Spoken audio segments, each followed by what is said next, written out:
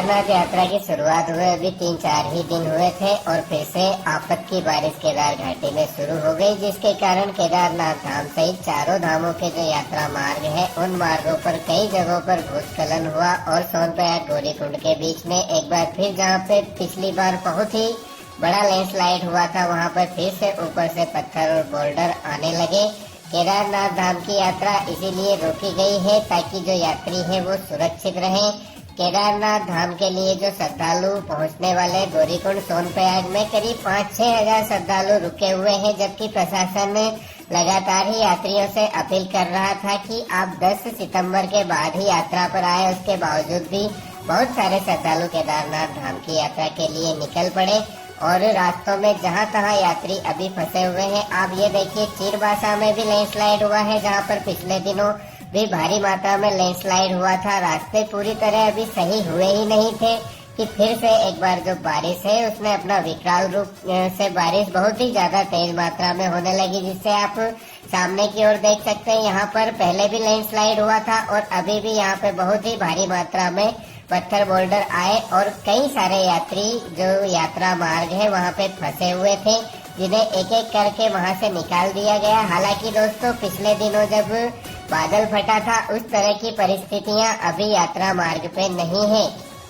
अभी यात्रियों को जो है पूरी तरह से सुरक्षित, सभी श्रद्धालुओं को सुरक्षित बाहर निकालने का जो कार्य है वो पूरा हो चुका है। कोई भी यात्री यात्रा मार्ग पे नहीं है, क्योंकि पहले जो बादल फटा था वो ज्यादा मात्रा में फटा था और अभी जो रास्ते हैं ये रास्ते फिर से बन चुके हैं। तो अभी यात्रा फिलहाल बंद है और इसी कारण से यात्रा बंद है कि लैंडस्लाइड कब हो जाए पहाड़ों में इसका कोई भरोसा नहीं है।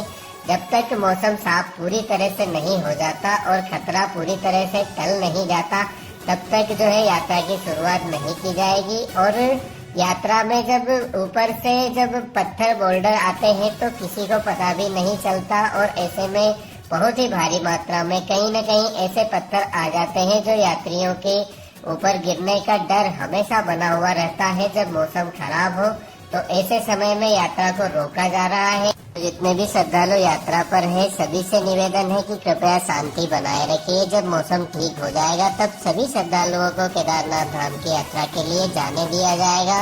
किसी पर भी कोई रोक टोक नहीं लगाई जाएगी, मगर जो माहौल है अभी जो भारी बारिश के कारण बिगड़ा है, एक बार फिर से मौसम खराब हुआ है, जिसके कारण ही यात्रियों को रोका जा रहा है। आप देख सकते हैं इन तस्वीरों में कि जो पहाड़ है, बड़े बड़े पहाड़ इस बार बहुत ही ज्यादा मात्रा में लैंडस्लाइड हुआ। बड़े बड़े पहाड़ जो है टूट कर गिरे, जिसके कारण जो श्रद्धालु हैं उन्हें बहुत ही ज्यादा दिक्कतों का सामना इस बार करना पड़ा। हालांकि दोस्तों, इस टाइम तक तो जो मौसम है पूरी तरह से साफ हो जाता है। सितंबर का महीना लगते ही केदार घाटी पूरी 4 धाम यात्रा के जो मार्ग है वो पूरी तरह से सुरक्षित रहते हैं, मगर इस बार कोई भी मार्ग सुरक्षित नहीं है और बारिश जो है लगातार हो रही है। बारिश इस बार लेट है और जो 4 धाम यात्रा मार्ग है उनमें कहीं न कहीं लैंडस्लाइड की खबरें रोजाना आ रही हैं। तो ऐसे में जो श्रद्धालु यात्रा पर हैं उन्हें इन जो रास्ते हैं, जो पहले जो टूटे थे रास्ते, इन रास्तों को जो फिर से बनाया गया उसके बाद में भी कई जगहों पर जो पुनर्निर्माण कार्य है वो भी अभी भी चल रहा है। ऐसा नहीं है कि जो रास्ते हैं उनका निर्माण कार्य पूर्ण हो चुका है। अगर पूर्ण हो जाता, आप देख सकते हैं तस्वीरों में रास्ते का निर्माण भी चल रहा है। अगर काम पूर्ण हो जाता तो किसी भी यात्री को केदारनाथ धाम यात्रा के लिए फॉर्म फिल नहीं करना पड़ता। अभी जितने भी श्रद्धालु यात्रा पर आते हैं, आप सभी लोग जानते हैं कि सभी को एक फॉर्म भरना होता है, जिसमें साफ साफ लिखा हुआ होता है कि अगर यात्रा के दौरान आपके साथ कोई दुर्घटना होती है तो प्रशासन उसके लिए जिम्मेदार नहीं होगा। आपके साथ कुछ भी होता है उसके जिम्मेदार आप लोग स्वयं रहेंगे। तो दोस्तों, जो यात्रा अभी चल रही है, जितने यात्री पहुंच रहे हैं सभी अपनी रिस्क पर यात्रा कर रहे हैं। तो ऐसे में फिर भी प्रशासन आपको क्यों रोक रहा है कि इसमें आपको खतरा है? जब मार्ग पूरी तरह से सुरक्षित हो जाता है तब प्रशासन आपको अपने आप ही यात्रा पर जाने की अनुमति दे देगा।